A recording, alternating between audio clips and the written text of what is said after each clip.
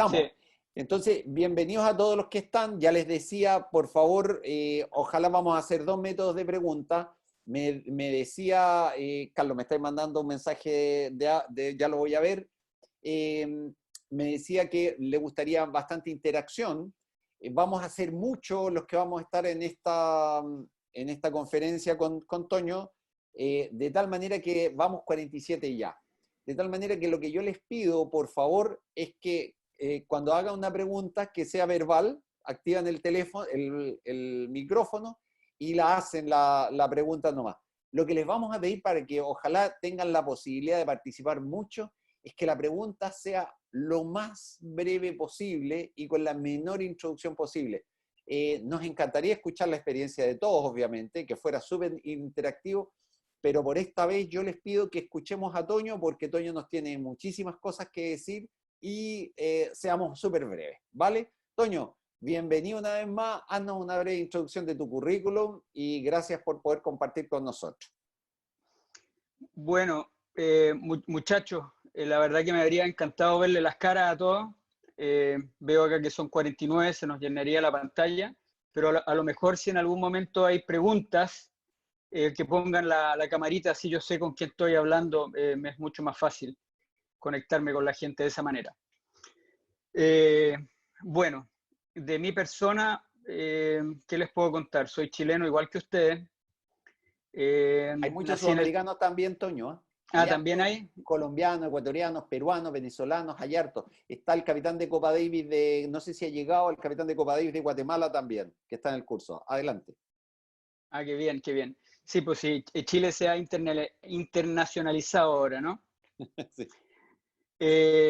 Bueno, yo, como les decía, chileno, soy un ex tenista, jugué tenis, soy nacido en el 65 y jugué, eh, bueno, todo lo que es junior, tenis de junior, y la verdad que en Chile con harto éxito, desde los 12 a los 18 años.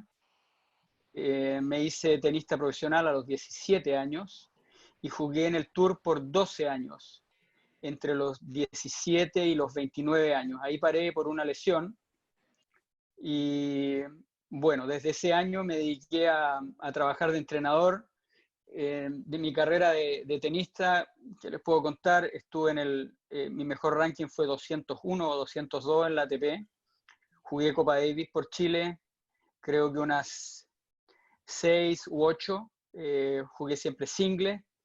En mi época el singlista 1 era Pedro Rebolledo, gran tenista que ustedes a lo mejor algunos conocen, otros no, porque según entiendo hay gente joven acá, mucho más joven Que que yo, nosotros. obviamente, sí, que nosotros. ¿Qué más les puedo contar? Bueno, he tenido una carrera de entrenador básicamente fuera de Chile. En el año 94. Hola, Guillermo. Daniel. Daniel Eh, Guillermo. Hola. bueno, en el año 94 me fui a trabajar a Alemania y estuve ahí hasta el 2010. Y del 2010 para adelante estuve acá estuve un año en Chile y después me vine a Estados Unidos y estoy acá en Boca Ratón, en Florida, donde manejo una academia de una empresa que se llama Tenium. Como dice el gorrito acá, Tenium es una empresa que se dedica a... hay torneos ATP que maneja la empresa, como es Buenos Aires, Barcelona y... ¿cómo se llama el de Bélgica? Bueno, no me acuerdo muy bien ahora el nombre. También hay torneos de seniors, son managers de jugadores, entre esos, por ejemplo, Feliciano López, Marc López y una cantidad de juniors. Y tenemos un programa de alto rendimiento acá en Boca Ratón. Y yo soy el encargado de manejar el programa de alto rendimiento junto con un exjugador que se llama Sébastien Grosjean, que es un francés que fue número 4 del mundo. Él es mi partner en esta jornada, ¿no? En esta empresa. Eh, así que, bueno, eso es mi introducción. Yo no sé si hay alguna pregunta hasta ahí. Él está ahí. Silencia de nuevo abajo, por favor, Sí, porque entran con el micrófono sí, abierto, Toño, por favor. Silencialo, se sí. les olvida. Le estoy pidiendo a algunos que internamente lo silencien el suyo. Ahí. Ahí, ¿no? Lo malo es que cuando silencio a ti también. No, tranquilo, tranquilo porque yo lo abro, Ah, tranquilo, ya, tranquilo, no te perfecto. preocupes por eso. Ya. Bueno, muchachos, no sé si hay alguna pregunta al Los que respecto hagan de preguntas, eso. abran su micrófono nomás, muchachos. Abran su micrófono si hay alguna pregunta, si no, seguimos inmediatamente para ir aprovechando el Sí, tiempo. Y si no, la hacen por el exactamente. chat también, ¿no? Ya. Bueno, parece que no hay pregunta. Ah, sí, ahí hay una, parece, ¿no? ¿O no? No, No, dos personas. Miguel Ángel y Jorge. Personas llegando. sí. Ok. Bueno, entonces voy a seguir. Les voy a contar un poco cómo nació todo esto de tener una metodología. Cuando yo empecé a trabajar en el tenis de entrenador, obviamente después de ser tenista, uno cree que sabe harto de tenis. Y me acuerdo que la primera sesión de entrenamiento que tuve que dar, me tocaron 4 chicos en Alemania, eran niñas, 4 niñas que jugaban muy bien. Eran 4 niñas que estaban rankeadas en los primeros lugares de Alemania. Yo estaba en un club grande ahí. Y me acuerdo que hice una clase asquerosa. Los hice entrenar como entrenaba yo nomás. Y como 4 en la cancha me compliqué porque normalmente yo entrenaba solo y bueno, la verdad que no me salió nada bien y ese día dije, uff, voy a tener que aprender mucho si quiero hacer un trabajo y poder pasar lo que yo he aprendido como tenista, ¿no? Entonces, desde ese momento me planteé a aprender. Y la verdad que lo que yo he hecho, aparte de dedicarle muchas horas a aprender del tema del tenis, tuve un gran maestro en esto que ustedes seguramente no lo conocen, pero se llama William Álvarez, que es un colombiano que fue, yo diría que el que revolucionó el tenis español. Él me enseñó mucho de teoría de tenis. Y después lo que empecé a hacer yo es hacer muchos estudios interdisciplinarios. Y una área que me gustó mucho fue el área de la mente, porque cuando fui, en mi época de tenista, yo tuve la oportunidad de trabajar con psicólogos. Un psicólogo con el que yo trabajé a partir de los 23 años en adelante, que fue muy importante para mí, fue un chileno que se llama Enrique Aguayo. Enrique plantó las primeras semillas en mí del el valor que tenía la mente o digamos la persona en este tema, ¿no? En este tema del alto rendimiento. Y entonces, bueno, lo primero que hice fue estudiar un poco de administración deportiva y después estudié no alcanza a ser una carrera, pero en un instituto durante 2 años estudié coaching. Y de ahí no he parado de estudiar eso. Ha sido un tema que lo he tenido todo el tiempo frente a mí y he seguido aprendiendo esto. Y escribiste un Entonces, libro sobre coaching de tenis también, Toño, que no lo sí, dijiste al principio, ¿no? sí, la verdad que Bueno, he escrito 3 ya, Miguel, y creo no que sabía eso. el último es el más completo porque uno va evolucionando, ¿no? Uno cree que aprendió y de repente aprende algo nuevo y aprende algo nuevo y se está autoactualizando consistentemente lo que uno sabe. Entonces, lo que yo hice este último año y medio, 2 años, que estoy trabajando acá en el programa de alto rendimiento, lo que quise hacer fue unificar criterios con los entrenadores, tener una manera de enseñar, cosa que nuestros alumnos, nuestros clientes nos perciban más o menos bajo un mismo estándar y no que un coach entrena una cosa, otro coach entrena otra cosa. Y en ese proceso, bueno, me puse a juntar las piezas de lo que había aprendido. Y lo que hice fue lo siguiente: yo mezclé dos modelos. El tenis, los que han estado por la ITF, seguramente han escuchado hablar del modelo de aprendizaje de la ITF, que dice que el tenis se juega y se debe aprender. Como primer paso, la percepción; segundo paso, la toma de decisiones; y tercer paso, la ejecución.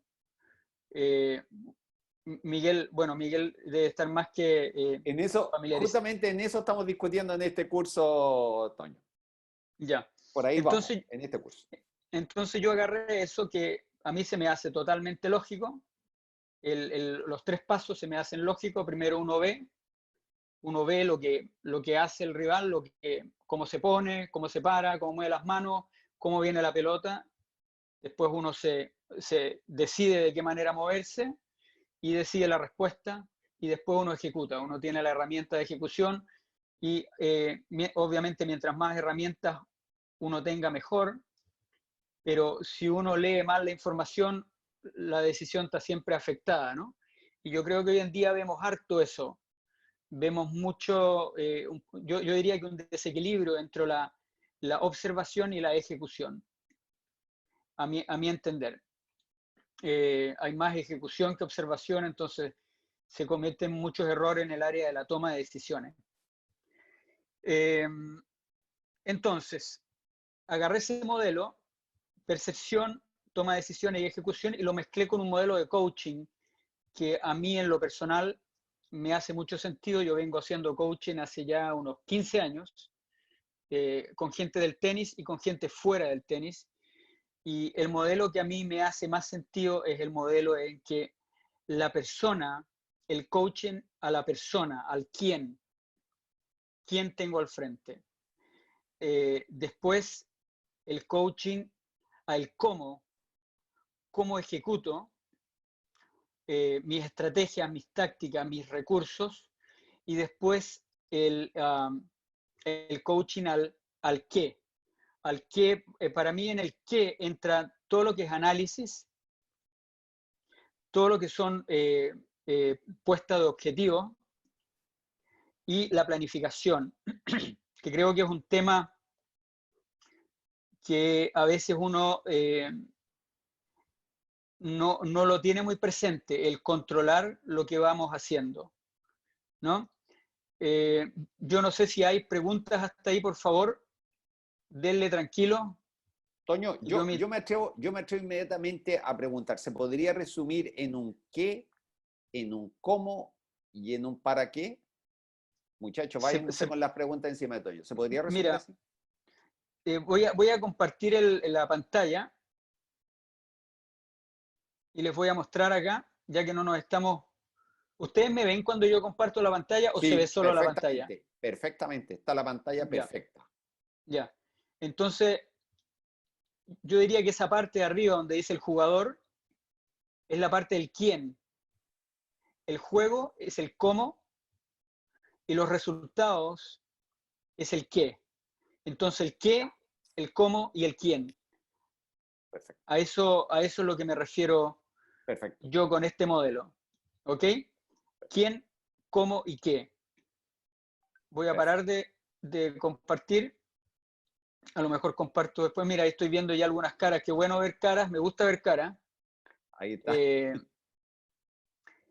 Entonces yo no sé si hay preguntas en eso.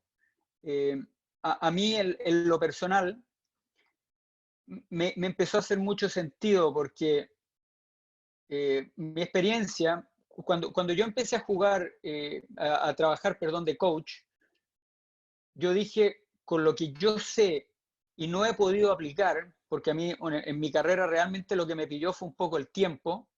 Empecé a aprender cosas tarde porque nunca tuve coach. Mi primer coach que yo pude financiarme fue a los 23, 24 años. Hasta ahí fui totalmente autodidacta. Uf. Entonces, tuve, digamos que aprendí más de lo que realmente pude usar a tiempo, ¿no? y al final de mi carrera era cuando yo estaba jugando mejor, 28, 29 años, 27 años, y bueno, me tocaron para el recreo y se terminó el tenis, ¿no? Una lesión dijo, hasta acá llegamos, y yo tenía en mi cabeza que con lo que yo he aprendido, puedo fácilmente enseñarle a alguien a jugar por lo menos como yo. Y me encontré con que no es así, porque uno no trata con máquinas, sino que trata con personas. Y en ese rango de personas hay tantas diferencias, ¿no? Hay diferencias de motivación, diferencias de habilidades, diferencias de aprendizaje, de maneras de aprender, diferencias de entorno, no solo el entorno familiar, sino el entorno tenístico, el entorno del país. Todas esas cosas influyen. O sea, no era tan sencillo como yo me lo había planteado. Mi primer desafío, yo les diría que en general, es siempre la persona que tengo al frente. Es cómo, de qué manera yo puedo traspasar lo que quiero traspasar al frente, a la otra persona. Y entonces, por eso pienso que lo fundamental y la piedra angular de todo el sistema es siempre el individuo, el quién tengo al frente. Y cuando digo quién tengo al frente, me refiero básicamente a dos o tres áreas, ¿no? Una es el área, digamos, cognitiva, es lo que la persona piensa, donde está todo el conocimiento o las conexiones que puede hacer la persona con otras áreas o su nivel de inteligencia. Después tenemos el nivel emocional, es cómo reacciona esta persona emocionalmente al juego, tanto al aprendizaje como a la competencia, a los entrenamientos. Y yo meto ahí otra parte que es la parte de las habilidades psicomotrices, que creo que son tremendamente importantes también y uno no las puede descartar. O sea, para mí eso es lo que forma el individuo que me llega a la cancha a mí a aprender. Son estas tres cosas: cómo piensa, cómo siente y cómo puede manejar su cuerpo. Uno a veces tiende a decir que el tenis es solo mental y yo no concuerdo. El tenis te puede potenciar la mente te puede potenciar otras cosas, pero si tenemos, por ejemplo, un jugador que tiene mala coordinación o que tiene mala lectura del juego, tenemos otros problemas que resolver también. O sea, la mente no soluciona todo. O un tipo que tira doble faltas porque tiene problemas técnicos, no lo vamos a solucionar solo con la mente. Obviamente la mente puede optimizar, pero hay otras partes que tocar también.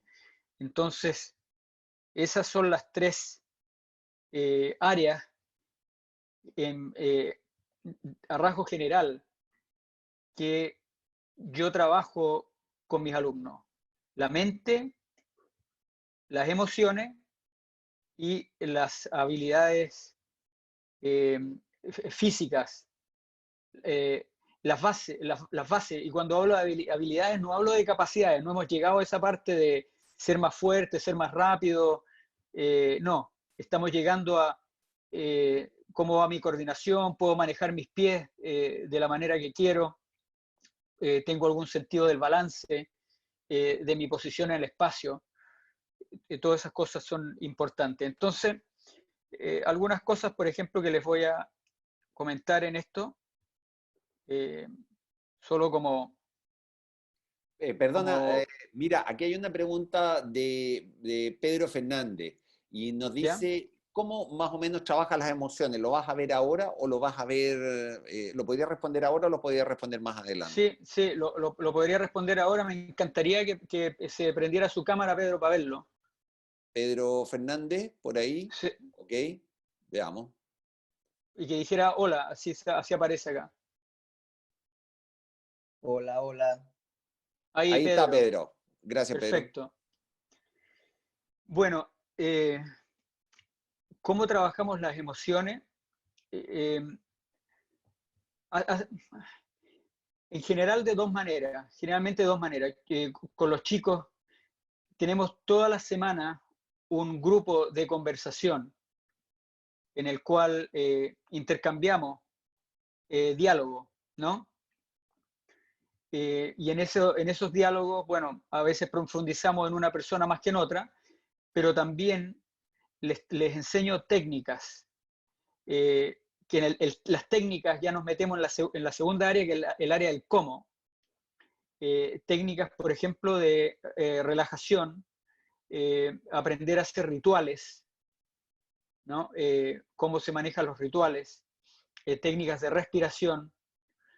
Y cuando yo detecto un problema así, Pedro, el problema lo tenemos que llevar siempre a la práctica y a la cancha. Entonces, ese jugador especial que tiene problemas con sus emociones, eso pasa a ser parte de su plan de trabajo, cómo manejar las emociones, ¿ya? Porque en general yo creo mucho en la teoría y por eso me he llenado de estudiar libros y ver conferencias y todo esto, pero al final del día mi experiencia me dice que todo lo que no podemos pasar a la práctica se queda en la teoría, ¿ya? Así que lo ideal es buscar maneras de llevarlo a la práctica. Y muchas veces tú, digamos que tienes un tipo que es impaciente. Esa impaciencia él la va a mostrar en algún momento en la cancha, en algún tipo de situación, en algún tipo de ejercicio. Y lo que yo creo es que los jugadores muchas veces tienen puntos ciegos, puntos que ellos no se ven. Y nuestra labor como coaches es observar. Mira que vuelvo de nuevo a la primera habilidad que habla la ITF, que es la percepción. Yo creo que nosotros también tenemos que desarrollar nuestra percepción para poder enseñar a los otros a percibir. Entonces, tenemos que observar bien en qué momento resalta esta emoción y hacérsela consciente al jugador, que a veces no es tan fácil porque ellos no se ven, ¿no? No se ven. Muchas veces eso los lleva a llegar a otros lugares, a otros resultados, ¿no? Quieren jugar un partido bien jugado, pero digamos me enojé o perdí mi paciencia y el partido tomó otro rumbo. Entonces, de esa manera, sí. Perdona, complementando esto mismo, aquí Stuart, ¿no? Va a tener que poner la cámara Stuart para presentar. Dice, entonces realizar coaching deportivo es lo mismo realizarlo con un individuo que realizarlo con un grupo, ya que trabajamos con muchos grupos y en ocasiones muy grandes. ¿Y qué pasaría con los papás, con los padres y los alumnos? ¿No? Entonces, habla de grupos, primero pregunta por los grupos y segundo, habla sobre los padres, pregunta sobre los padres. Stuart. Sí. ¿A dónde está Stuart? A ver si aparece de repente por ahí, en una de esas.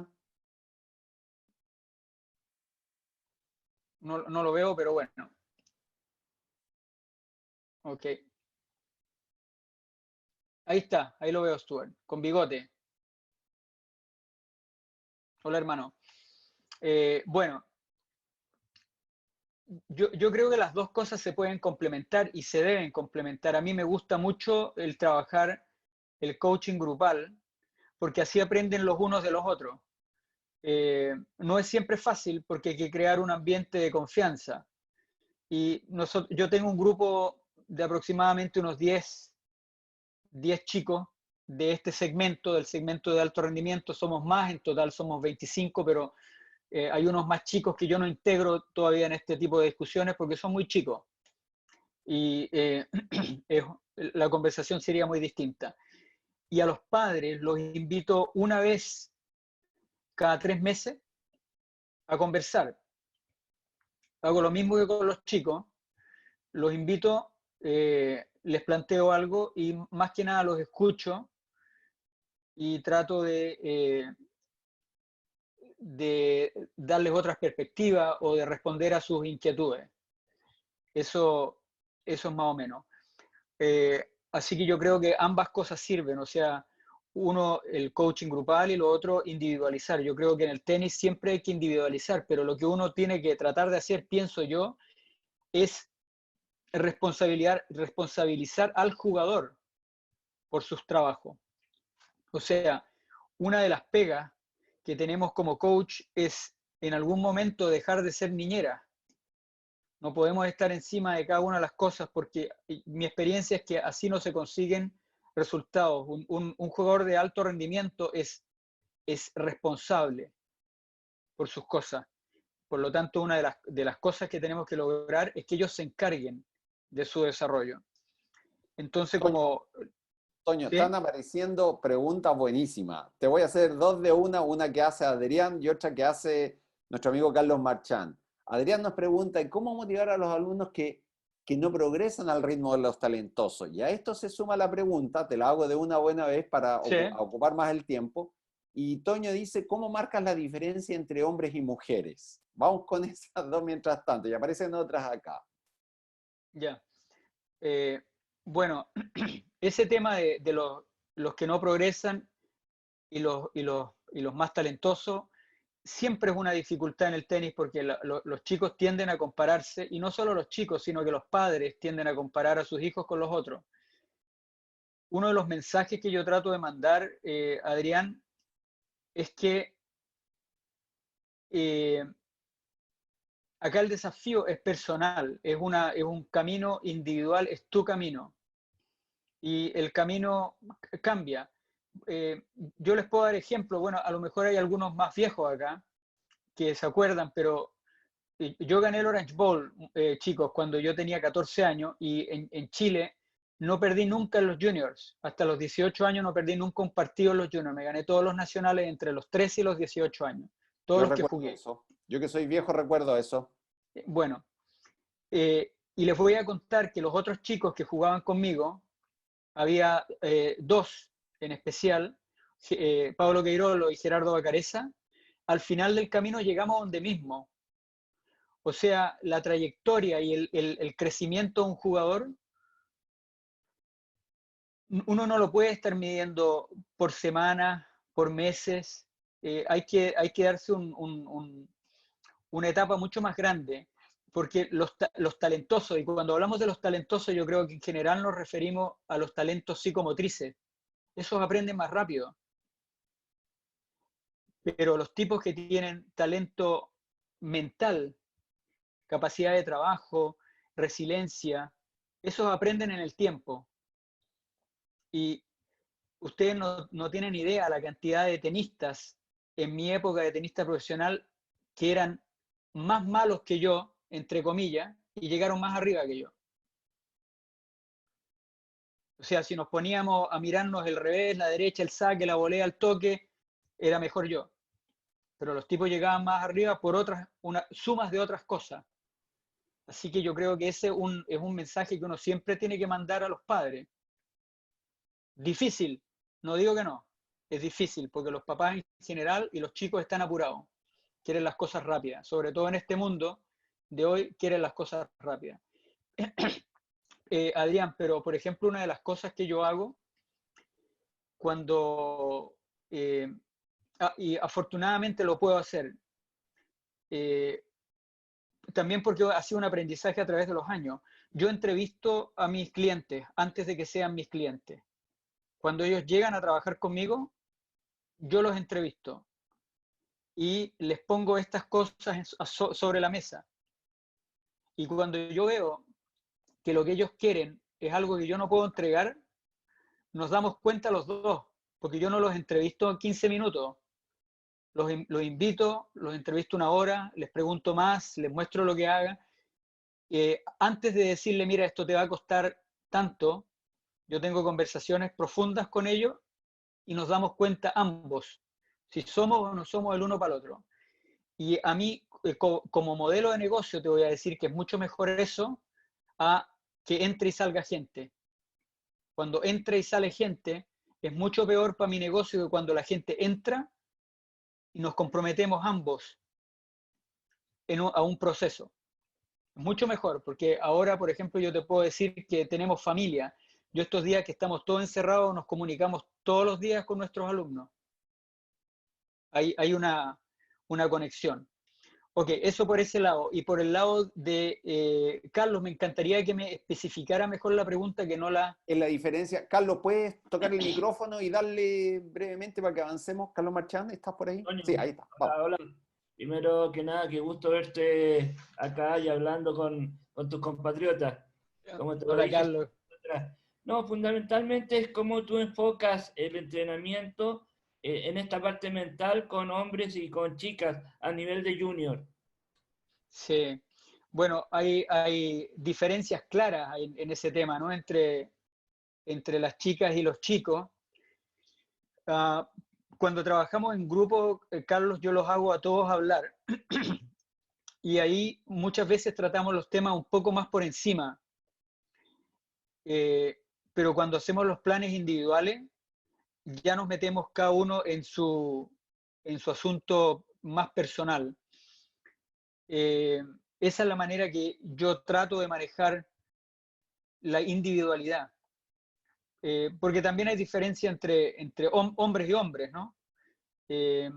Las chicas y los chicos son más marcadas, las diferencias tienen algunas cosas que las mujeres desarrollan más temprano que los hombres, y los hombres tienen otras cosas que desarrollan más temprano que las mujeres, pero el tema es, yo creo, en algún minuto siempre crear una relación con el alumno, ya sea hombre o mujer, y poder indagar un poquito más profundo para saber por dónde va el tema. Toño, también están acá, se va abordando todo esto. Patricio nos pregunta, ¿y qué hacemos con los dirigentes? Sí. Y espera un poquitito, vamos con lo de Stuart también, pero vienen otras dudas, dice Stuart entonces, cuando se identifica que un jugador o un grupo necesita, o no, ¿cuándo? ¿No? ¿Cuándo sería la pregunta? Un jugador necesita o no un coaching deportivo, o cuando él se necesita al psicólogo deportivo también. Pero vamos con lo de los dirigentes y después abordamos eso. Ya. Ok, de los dirigentes es re poco lo que puedo hablar yo en estos momentos, porque nosotros trabajamos independientes. Si bien es cierto, tenemos ciertos jugadores de buen nivel que compartimos con la USTA, con la Federación Americana. Entrenan con nosotros, pero siempre hay que tener una relación. Yo creo que en general hay que tratar de mantener buenas relaciones con los dirigentes. No sé exactamente a dónde apunta. En Alemania tuve un poco más de dificultades, porque en Alemania lo que pasaba, y es un modelo que a mí nunca me gustó mucho, y acá también se hace a veces en Estados Unidos, pero no me gusta mucho, es que cuando yo desarrollaba un chico, digamos, que tiene, un chico o una chica, hasta los 14, 15 años jugaba más o menos bien, llegaba a la federación y les ofrecía entrenamiento 2 veces por semana gratis. Obviamente los padres, uno era se sentían bien al respecto, ¿no? Se sentían considerados, y 2, era gratis. Así que generalmente lo tomaban.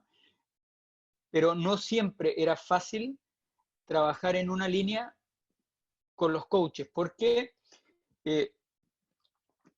yo les voy a contar mi experiencia, y no quiere decir que la experiencia de ustedes sea la misma, ¿ok? Y no quiere decir que mi experiencia sea la real, solo es mi experiencia.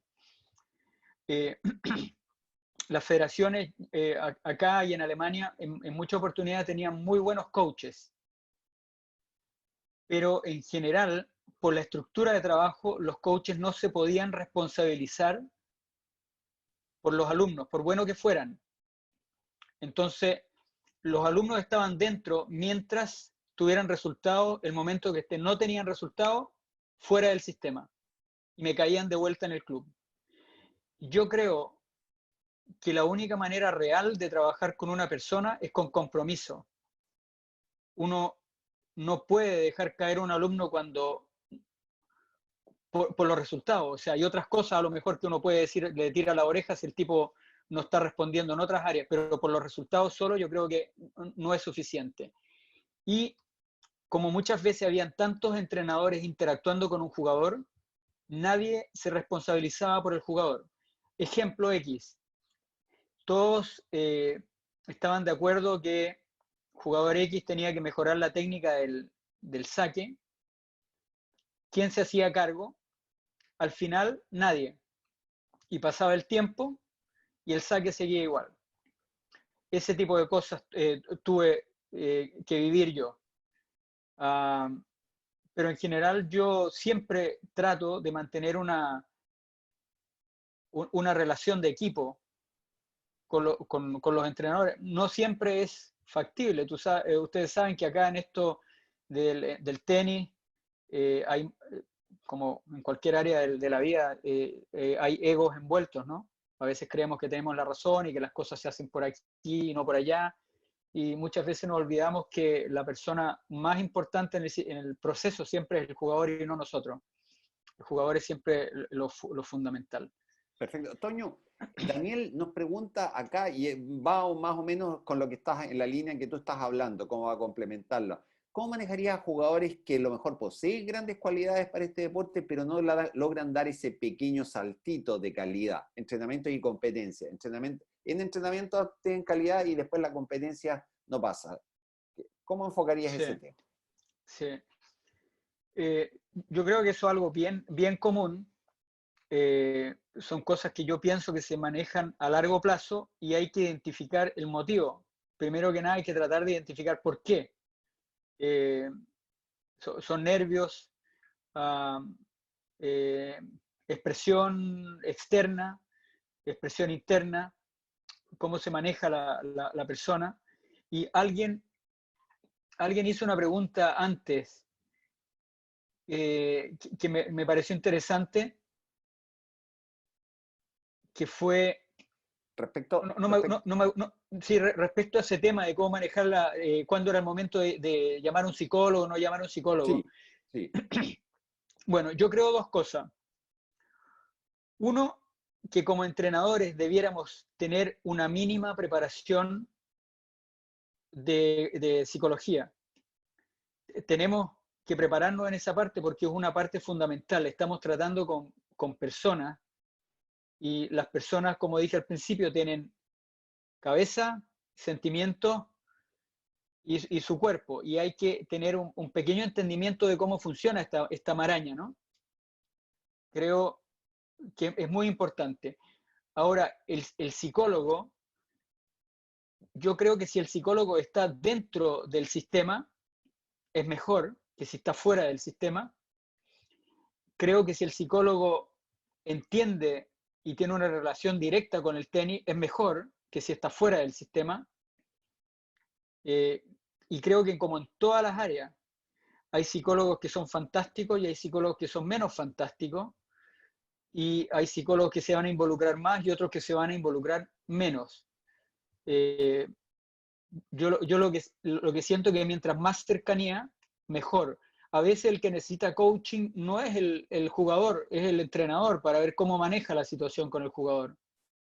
Entonces, por eso creo que la parte psicológica debiera estar integrada. Y esto no nos hace psicólogos profesionales, pero yo creo que todos tenemos que ser un poco psicólogos prácticos, tener un poco una noción de cómo se manejan. Y hoy en día hay tantas alternativas de formación que a uno le dan una visión. Obviamente tenemos que entender cuándo las cosas se salen de nuestro plato, ¿no?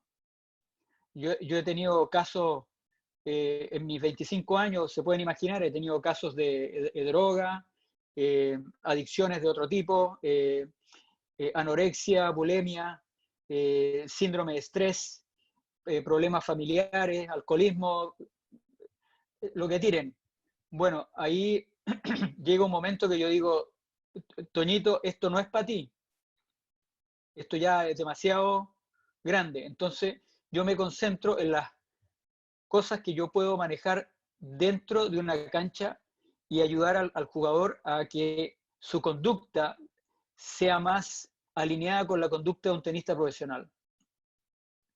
Si quieren jugar bien tenis, tienen que comportarse y pensar de esta manera. Más o menos cerca, ¿no? Obviamente siempre hay diferencias. porque no todos los tenistas son iguales. O sea, Rafa no es igual a Djokovic, ni es igual a Kyrgios, pero hay cosas en común y tenemos que tratar de, en cada uno de estos jugadores, detectar cuáles son las partes fuertes de ellos que pueden hacer una diferencia cualitativa.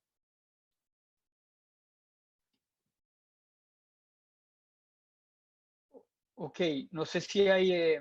No, por el momento yo diría que sigamos con el tema. Aquí Yermilay Sí. Romero, ¿cómo manejaría, va por la misma línea, cómo manejarías a un jugador Sí. competitivo muy talentoso, pero pierde los partidos ganando cómodamente por problemas de ira?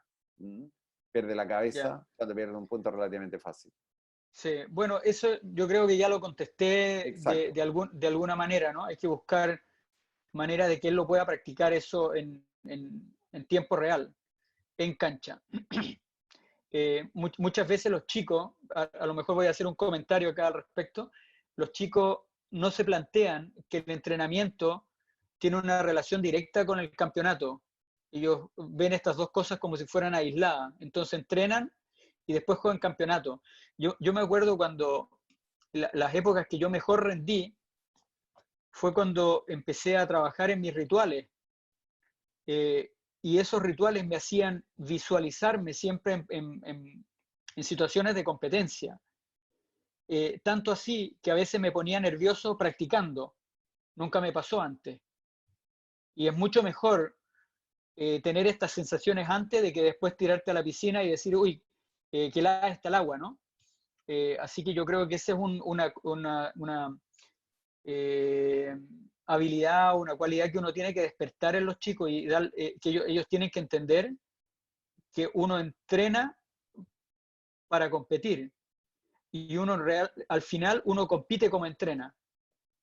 Muy parecido. Si entrenas con poco foco y con poca presión, vas a competir con poco foco y poca presión. Y los resultados se van a ver también. Ira, perder partidos ganados, etc. Yo antes les estaba nombrando algunas de las cosas habilidades psicoemocionales que considero que son muy importantes. Una era la percepción, después el segundo que ya lo toqué de alguna manera, el locus de control el ser responsable por los resultados y no echarle la culpa a otras cosas, ¿no?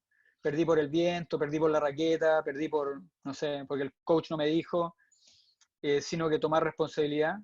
Después muchas de las habilidades de liderazgo son importantes, la disciplina. Por ejemplo, yo tengo chicos con los cuales trabajo en la puntualidad, tipos que no son puntuales, que andan en un relajo por la vida tremendo. Entonces después cuando hay un break point en un partido importante, lo juegan igual que como vienen llegando a la cancha, arrastrando los pies 5 minutos tarde o 10 minutos tarde, y obviamente las chances no esperan. Otro tema que me gusta mucho hacer en esta área es hacerle algún tipo de perfil de fortaleza y debilidades. Hay algunos autoanálisis que son interesantes, como es el DISC o el Myers-Briggs, o si no, sencillamente algo más fácil, hacer un cuadrito de esto que es, no sé cómo se llama en castellano, pero es fortalezas, debilidades, oportunidades y dificultades. Espérate, se prendió Yermilay, una por radio por favor. ahí.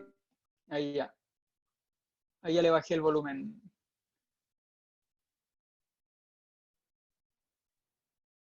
Ok, ustedes me escuchan a mí, ¿no?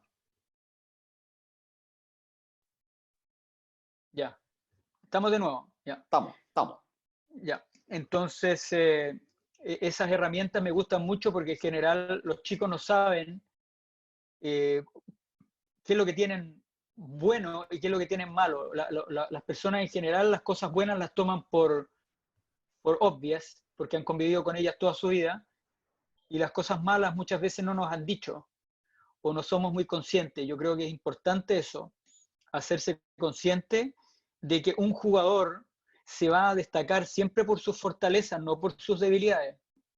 Entonces, hay que poner estas cosas en una balanza y no trabajar siempre solo en corregir defectos, sino que también en potenciar fortaleza. Potenciar fortaleza. Y en el tiempo irles ayudando a construir su identidad, porque esa identidad siempre se refleja en la manera que ellos juegan. Uno juega como es, no juega de otra manera. Se muestra tu aversión al riesgo o tu ganas de tomar riesgo, tu paciencia, tu genio, tu capacidad de controlar tus emociones o no. Entonces, al final, es importante que ellos entiendan quiénes son para alinear el tipo de juego que pueden hacer también. Yo les comento a modo personal, yo soy más bien un tipo a la segura, más que arriesgado. Y muchas veces eso me jugó en contra. Pero yo notaba cuando, y no es malo ser así, porque yo creo que Rafa es un tipo que va a la segura. Y Djokovic también va a la segura. Pero es interesante entenderlo, porque cuando yo trataba, hubo épocas en mi desarrollo que yo trataba de jugar más agresivo, yo nunca me enojaba, pero ahí me enojaba. Yo me enojaba cuando trataba de hacer cosas que no iban de acuerdo a mi personalidad. Y eso me costó un poquito en el tiempo irlo aprendiendo y integrándolo en mi modo de ser. Porque, por ejemplo, a mí me gustaba mucho irme a la red, porque sentía que en la red jugaba mejor que en otras partes de la cancha. Pero para llegar allá yo tenía que trabajármela de alguna manera segura. No era llegar y tirar la pelota y salir corriendo para adelante. Entonces, dentro de un tenis agresivo, ¿no? Ir a la red a lo mejor es un tenis agresivo. Mi idea, yo tenía que desarrollarlo dentro de una plataforma que me diera una seguridad, que me diera certeza. Entonces, por eso es importante, creo yo, entender bien y ayudarle a desarrollar su personalidad a los jugadores. Toño, hay dos preguntas que están casi un poquito unidas acá, una de Fabián y otra de Egon. Dice, Toño, ¿qué cosas fundamentales entrenar en la etapa junior para poder llegar a ser un jugador pro? Porque nos damos cuenta que los jugadores sudamericanos en general les cuesta el traspaso al profesionalismo. Y está un poco con la segunda, ¿qué crees que necesita el tenis sudamericano para estar a la altura de otros países como tenista? Yo la siento que están un poco iguales y tan excelentes preguntas. Sí. A ver, yo diría, no sé cómo está ahora el tenis sudamericano junior, pero en mi época el tenis sudamericano junior hasta cierta edad siempre fue bueno. Y esto es una teoría mía. Toño, démosle un minuto a Carlos Marchán, que tiene una visión, porque está muy metido en eso y de hecho tiene las mejores jugadoras en 14 años sudamericanas, él a cargo. Entonces, Carlos, en un minutito nos puedes hacer un pequeño panorama del tenis chileno, bueno, y en conjunto con sudamericanos. Recuerden que hay otros colegas de otros países. Carlos Marchán, ¿estás por ahí? Sí, ahí está. Sí, te escucho, Miguel. Mira, ahora se da que 14 años varones generalmente hay buenos jugadores. Ya hay un grupito ahí de chicos que se están formando bien y generalmente van a haber jugadores destacados. Curiosamente, en 14 damas, esta generación de ahora tiene un grupito muy bueno de jugadoras. Ya habíamos estado un poco flojos en los últimos años, pero este año hay un grupo de 6, 8 niñas de Sudamérica que juegan muy bien. ¿Estás hablando de Sudamérica, Carlos Marchán? Sudamérica. Perfecto, dale. En 16 varones, yo te diría que ahí estamos un poquito abajo si comparamos con los juegos europeos y la posible proyección a ITF. Hay buenos jugadores, pero creo que les falta un poquito más de desarrollo técnico y físico. Y en 16 damas no veo una categoría tan sólida. Ahora, si hablamos a nivel nacional, yo te diría que 14 damas, hay dos muy buenas jugadoras. En 14 varones estamos un poquito atrasados. Que son las tuyas, Carlos, entre paréntesis, no, no seas modesto, es la verdad. ¿Qué número están las dos jugadoras tuyas que estás entrenando? No, yo entreno a una, Una, a Martina, que es la número 1 de 14, en pero también Sudamérica. está Antonia Vergara, que Perfecto. entrena a Daniel Guillier y también está entre las 4 primeras de Sudamérica. O sea, Chile en estos momentos tiene dos jugadoras entre las 6 mejores de Sudamérica, lo que es muy bueno. En 16 varones hay buenos jugadores, ya hay un grupo, una camada de buenos jugadores que yo creo que también están en pleno proceso de desarrollo y yo creo que pueden darnos buenos resultados. Y la categoría de 18 años, tanto varones como damas, no la veo tan buena. Gracias, Carlos. Ya, Toño. ya. Gracias, Carlos. Bueno, yo voy a dar mi perspectiva al respecto, de lo que creo que... Pero ahí alguien más, Anatech. Ese es Carlos Pardo. Llegó nuestro Ah, ya, ya, presidente. Bienvenido, ya, presidente. ya. Bueno, entonces yo voy a dar alguna perspectiva. Primero, ¿qué es lo fundamental entrenar en la etapa de junior? Esa es la segunda parte de nuestra metodología y es la parte tenis y en la parte de la persona, en la parte físico, en la primera parte, la parte de las habilidades coordinativas. Yo creo que esa parte hay que dejarla bastante lista hasta los 12 años. Tenemos que crear malabaristas del tenis, atletas, lo más posible.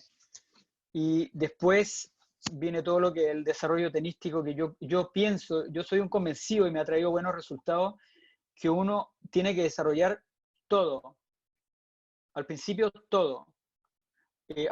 Incluso en pos de tener un poquitín menos buenos resultados. Los chicos tienen que aprender a sacar primero, segundo saque, a volear, a pegar slice, a resbalar, a tirarla para arriba, a tirarla para abajo, a volear, a remachar. Tienen que aprender todo. Porque al principio es fácil ganar con menos. Es fácil ganar pegando derecha y reveses y teniendo más fuerza que el resto o corriendo un poco más que el resto. Esas cosas con el tiempo se equiparan bastante. Entonces, ¿qué hay que desarrollar? Bueno, todo, y no todos van a ser buenos, sino que con algunos le vamos a dar con el palo al gato. Ustedes seguramente no saben, pero esta chiquita que ganó el Australian Open, la Sonia Kenin, fue mi alumna de niña. Yo la No entrené a ella teníamos idea. hasta los 14 años, a esta chiquitita. Y la verdad que ella era un tremendo talento ya a esa edad. Y me acuerdo, el papá se ponía tremendamente nervioso. Y como yo ya había tenido otras jugadoras buenas antes, que llegaron a jugar bastante bien, yo le decía al papá, no te preocupes, que tu hija va a jugar bien. El tema es cuán bien. ¿Ok? Y con ella, por ejemplo, yo hubo cosas que no pude hacer, más que nada por ella y por su papá, porque como estaban tan nerviosas, por ejemplo, yo nunca le pude enseñar a pegarle al revés cortado o a volear con técnica, porque ella lo que quería era ganar. Y hay gente que dice que fantástico lo que hizo. Yo creo que ella podría hacer más todavía y podría haber hecho más, porque para mí era un talento tremendo esta chica. Tenía una capacidad de ver el juego y un timing de locos. Así como cuando uno veía al Chino Río jugar, lo mismo. Sonia tira unas cortas a dos manos de revés con mala técnica, pero las tira perfecto. Y no sabe volear tan bien, y el saque lo dejamos a medio, en medio desarrollo, todavía saca bastante parecido a cuando la dejé yo. Este tipo de cosas yo creo que hay que tratar de desarrollarlas lo más posible porque le aumentan el abanico a los jugadores. Entonces, ¿qué tenemos que hacer? Todo. Y después, ¿por qué a lo mejor nos quedamos pegados? Yo aquí puedo hablar de varias cosas. Yo creo que una bien importante es que como somos, a lo mejor últimamente ha cambiado, perdónenme que yo no vivo en Chile hace muchos, muchos años, entonces no estoy muy al tanto de cómo se trabaja de manera global. En mi época, y un poquito después de mi época, la mayoría de los casos de los tenistas chilenos eran espontáneos, no eran productos de proceso, eran espontáneos. Los chilenos y los latinoamericanos, con excepción de los argentinos, diría yo, eran bastante espontáneos. O sea, el que jugaba tenis era porque tenía más talento que el otro. Así de simple. Que no es el caso de Europa. En Alemania se ve menos talento, se ve más trabajo. Ese es un tema, el talento. El otro tema es el potencial físico. Por regla general, los latinoamericanos somos físicamente menos dotados que un checo, que un ruso, que un alemán, incluso que un español. Pero también hay excepciones, porque Cristian Garín es una máquina. Marcelo Ríos se convirtió en una máquina, a pesar de haber sido bajo. Marcelo es exactamente mi altura, 1,73. Y yo cuando jugaba en mi mejor época física pesaba 65 kilos. Yo creo que Marcelo pesaba 75 kilos. Y eso, créanme, influye mucho a nivel profesional. Porque la pelota te corre de otra manera. Cuando tú tienes más peso, más masa. Ese es otro tema, el tema físico. Y otro tema que para mí es fundamental es el ambiente competitivo y el ambiente de desarrollo. Es muy, muy importante. Les quiero contar, y sin decir nombres de nadie, hace muchos años atrás, cuando yo vivía en Alemania, me llegaron 3 chicas chilenas que iban a jugar unos torneos allá. Y estuvimos en cancha con ella, venían con un entrenador, y eran, yo diría, las 3 mejores jugadoras de menores de 18. Tenían 16, 17 años las chicas. Y honestamente tenían mucho talento. Yo las comparaba con mis jugadoras y yo tenía jugadoras que rendían bien. O sea, tenía una chica que era campeona europea, tuve otra chica que fue el número 20 del mundo, y mis chicas no tenían este nivel de talento. Estas chicas sabían resbalar en la cancha, tirar revés cortado, tirar topspin para arriba, anticipar. Sin embargo, Tuve que cerrar porque usted habla muy fuerte. a ver, lo vamos a mutear. Ya, ahí muteamos a alguien, no sé quién sería.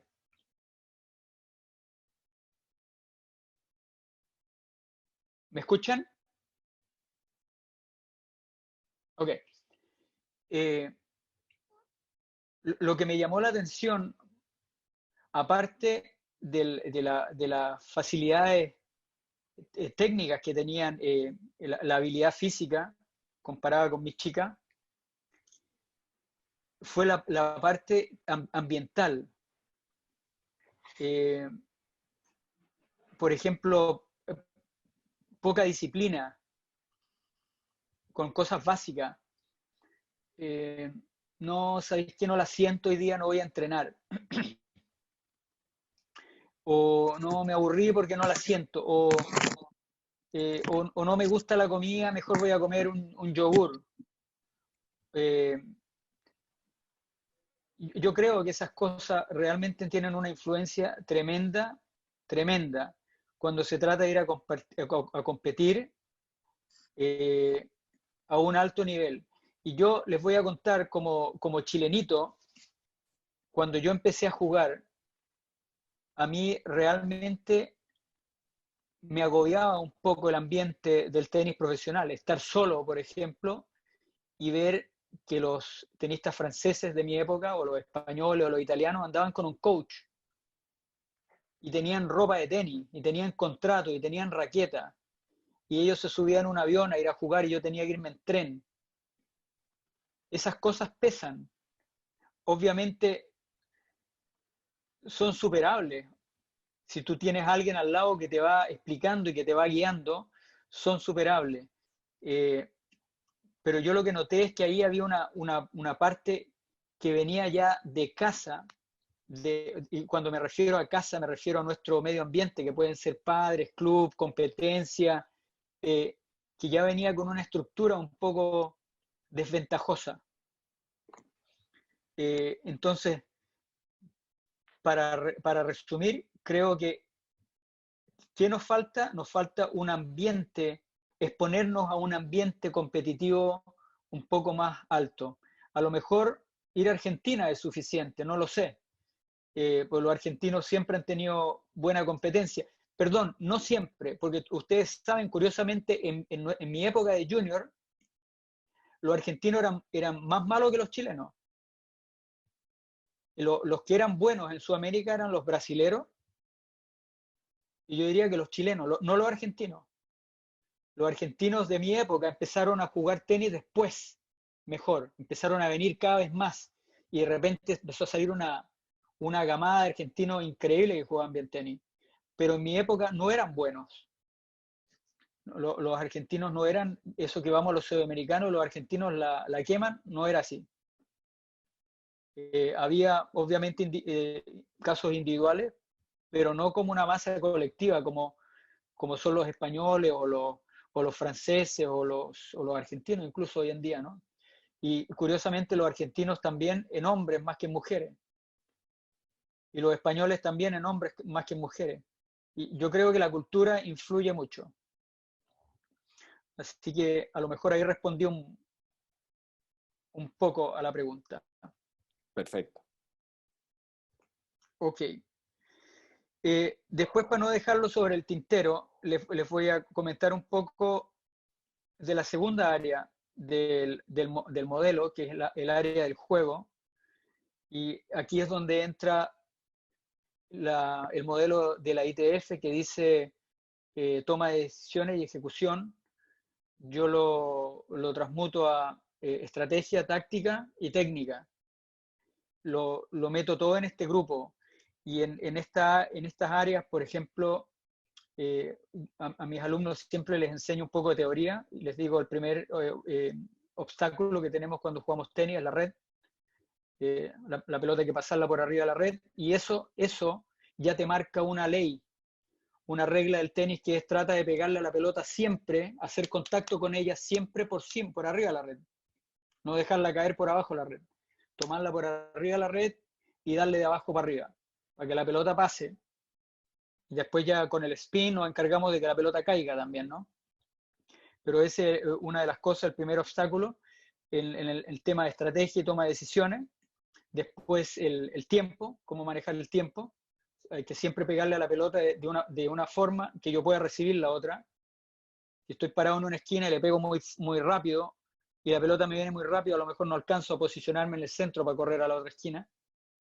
Entonces el tiempo, la posición de la cancha y el movimiento son cosas que le empiezo a inculcar de siempre. No es lo mismo pegarle a la pelota corriendo para adelante, corriendo para atrás, o digamos, moviéndome hacia adelante, moviéndome hacia atrás o moviéndome hacia los lados. Todos esos factores de movimiento te dan una respuesta diferente a la decisión que vas a tomar, porque está la inercia, ¿no? La inercia del cuerpo. Ese es por el lado de las decisiones. Entonces trabajamos mucho áreas de juego, y el movimiento en sí, para que ellos empiecen a entender cuando camino para atrás, qué es lo que hago, cuando camino para adelante, para dónde tiro, cómo tiro, cuando camino para el lado, qué es lo que me compete hacer, y que empiezan a entender un poco las áreas de la cancha. Después en el tema de la ejecución, que son, digamos, las técnicas, yo me meto siempre en dos áreas ahí, y una es el área de la técnica de movimiento, cómo me muevo, y ahí distingo dos áreas, que una es el área del movimiento corto, cerca, cuando doy 2 metros, 3 metros, y las carreras largas, cuando tengo que ir hasta las esquinas de la cancha, ¿no? Son juegos de pie diferentes, y yo tengo sistemas muy marcados para entrenarlos, y se los trato de enseñar a los chicos. Entonces, uno son las técnicas de movimiento y de equilibrio. El equilibrio para mí empieza siempre por los pies, pero también las manos y el centro de gravedad. La mano no hábil tiene un rol muy importante.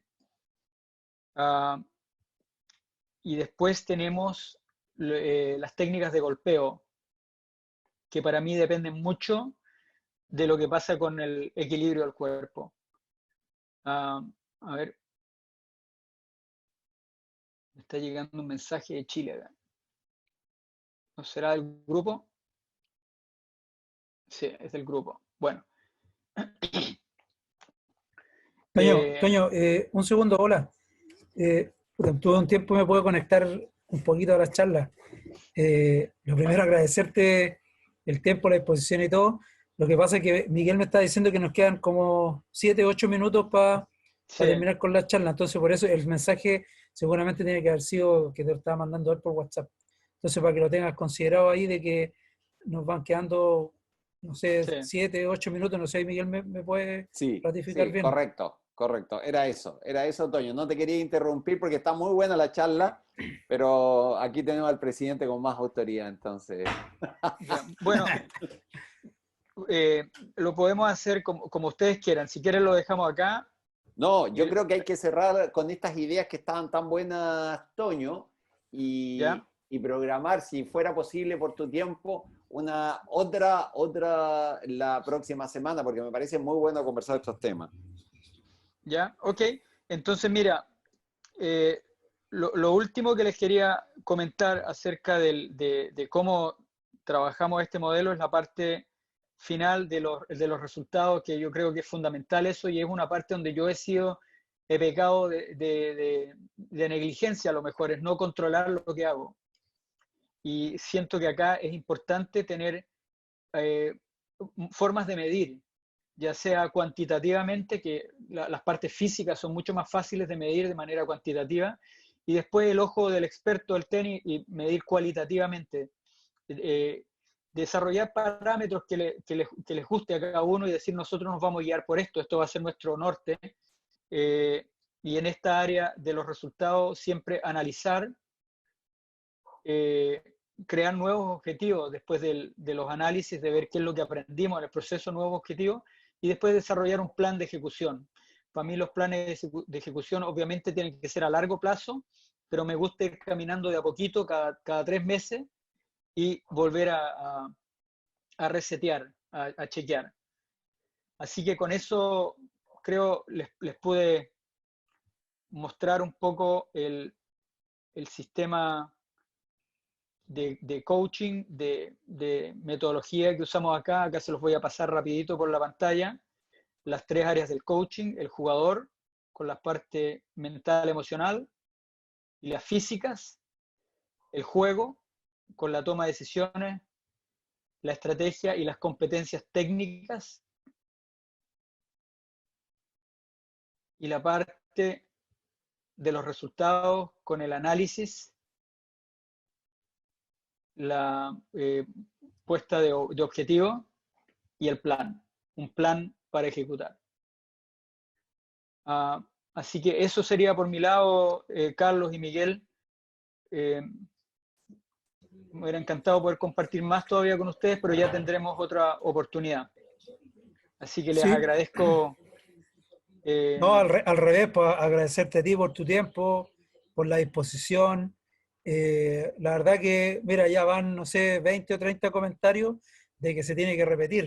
Entonces, si tú tienes, no sé, tiempo de aquí al fin de semana, me dices, lo dejamos agendado y lo podemos hacer de nuevo siempre y cuando tú puedas y tengas el tiempo disponible. Sí, yo creo que de pronto, a lo mejor la próxima semana todavía nos quedan días de encierro y así que tenemos más tiempo. Podemos repetirlo. Si los muchachos tienen preguntas, Carlos, y te las quieren mandar a ti, yo encantado de tratar de respondiendo inquietudes. Me gustó el formato que hicimos, me gusta verles la cara a la gente y para dialogar un poco más cercano, ¿no? Sí, pues. Sí, lo que pasa es que lo estamos usando harto. La verdad que también fuimos aprendiendo con la primera charla que está presente acá también, Carlos Marchán, que tú lo debes conocer. Sí. Y hemos ido de a poquito metiéndole cada vez más cosas a esto porque también tuvimos que aprender muchas cosas. Al principio nos mandamos algunas embarradas ahí, pero con la tecnología principalmente, pero por suerte lo hemos podido ir mejorando y lo hemos tratado de ir sacando adelante y por supuesto ir entregándole un mejor producto por darle un nombre a la gente que está participando de estas charlas. Y lo que no te había dicho es que hay en estas capacitaciones han estado participando entrenadores de 7 países distintos. Entonces ha sido súper importante para nosotros porque nunca nos imaginamos cuando empezamos que iba a tener ese alcance, porque pensamos en entregárselo a los entrenadores de Chile, pero de a poquito se fueron integrando cada vez más y la verdad que llegamos, de hecho está casi todo el equipo Copa Davis de Guatemala en esta capacitación, desde su entrenador, los jugadores, y hay algunos entrenadores también de allá. ¿Equipo de Copa Davis de dónde? Que no te escuché eso, se cortó. De Guatemala. Ah, mira qué bien. Sí, entonces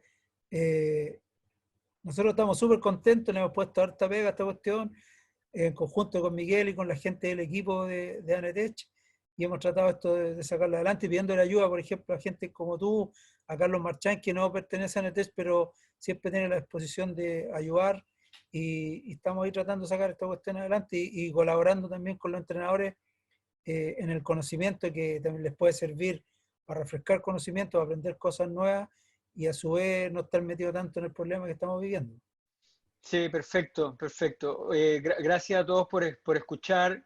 A lo mejor si les puedo dejar una experiencia de mi parte y un consejo es no paren de aprender, porque la tarea se hace mucho más entretenida, porque empieza uno a ver más cosas, a distinguir más cosas, puedes ayudar más, así que ese sería mi mensaje, no parar de aprender. Así es, Toño. Así es, Toño. Oye, Toño, de verdad, muchísimas gracias. A mí también, como decía, nosotros tenemos por política hacerlas de 40 minutos esta vez y nos fuimos más adelante porque sabíamos la cantidad, pero en realidad yo preferiría 1000 veces que más que extendernos ahora, ya van a saber también la gente que está acá, que hay, y yo pienso en otra cosa, que hay muchos colegas de tanto de Chile como de Sudamérica que tienen que aprovechar tu conocimiento. Entonces cuando coordines con Carlos Pardo para la próxima semana, yo creo que va a ser exponencial el crecimiento de poder continuar y cerrar algunas ideas. A mí me quedaron muchas preguntas pendientes y yo sé que aquí también hay muchas preguntas pendientes, así que muchas gracias de mi parte también. Gracias a ti, Miguel. Gracias, Nos Carlos. Nos vemos. Saludos a todos, muchachos. Cuídense. Que estén muy bien. Sanito. Chao, chao. A los profesores que estuvieron presentes. Nos vemos. Muchas gracias. Chao, chao. Gracias, gracias.